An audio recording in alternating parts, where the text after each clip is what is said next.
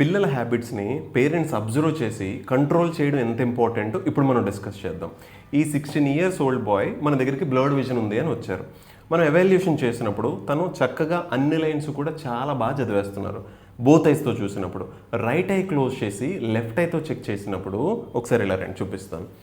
తనకి ఉన్న పవర్ ఎంత ఉంది అంటే లెఫ్ట్ ఐలో ఎంత 2.5 సిలిండర్ వస్తుంది అండ్ తన కార్నియా కర్వేచర్ కూడా వేరియేషన్ ఉంది అని మనకు తెలుస్తుంది.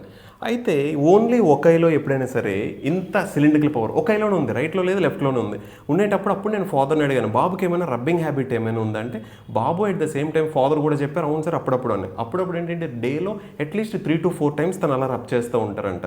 సో ఇది మనకి దాని కాన్సిక్వెన్సెస్ తెలియకపోతే మనము సీరియస్గా తీసుకోము, అట్ ద సేమ్ టైం పిల్లలకి కూడా తెలియవలసిన అవసరం లేదు. ఏమిటంటే ఒక ఆయన టూ మచ్గా మనం రబ్ చేస్తున్నప్పుడు నల్లగుడ్డి షేప్ ఏదైతే ఉంటుందో దాని కర్వేచర్ చేంజ్ అయిపోయే ఛాన్స్ ఉంటుందో అదే మనం ఇప్పుడు ఈ కేసులో చూసామన్నమాట. ఈ కండిషన్లో ఎప్పుడు కూడా అలాంటి హ్యాబిట్స్ మంచిది కాదు. మీ అందరికి ఎందుకు చెప్తున్నానంటే మీ పిల్లలు ఎప్పుడైనా సరే ఇలా రబ్ చేస్తున్నారు, పిల్లలైనా పెద్దలైనా సరే ఇలా రబ్ చేస్తున్నారంటే ఇమీడియట్గా ఆ హ్యాబిట్ని మానుకోమని చెప్పాలి. అండ్ తనకు అప్పుడప్పుడు నాకు ఇచ్చింగ్ వస్తూ ఉంటుందండి, దాని గురించి నేను రబ్ చేస్తున్నాను అన్నారు. దానికి రీజన్ ఏంటన్నది నేను చూపిస్తాను చూడండి.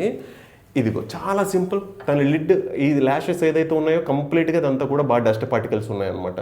సో అలాంటి డస్ట్ పార్టికల్స్ ఉండేటప్పుడు మనకు ఆబ్వియస్గా అలాంటి ఇచ్చింగ్ లాంటిది వచ్చే ఛాన్స్ ఉంటుంది. So take it very serious. ఇలాంటి హ్యాబిట్స్ ఉంటే ఇమీడియట్గా స్టాప్ చేయమని చెప్పండి. అది ఎందుకు వస్తుందో దాన్ని కనిపెట్టడానికి ప్రాపర్గా ఐ టెస్టింగ్ చేయించుకోండి, కాంప్రిహెన్సివ్ ఐ టెస్టింగ్ అనేది చేయించుకోండి.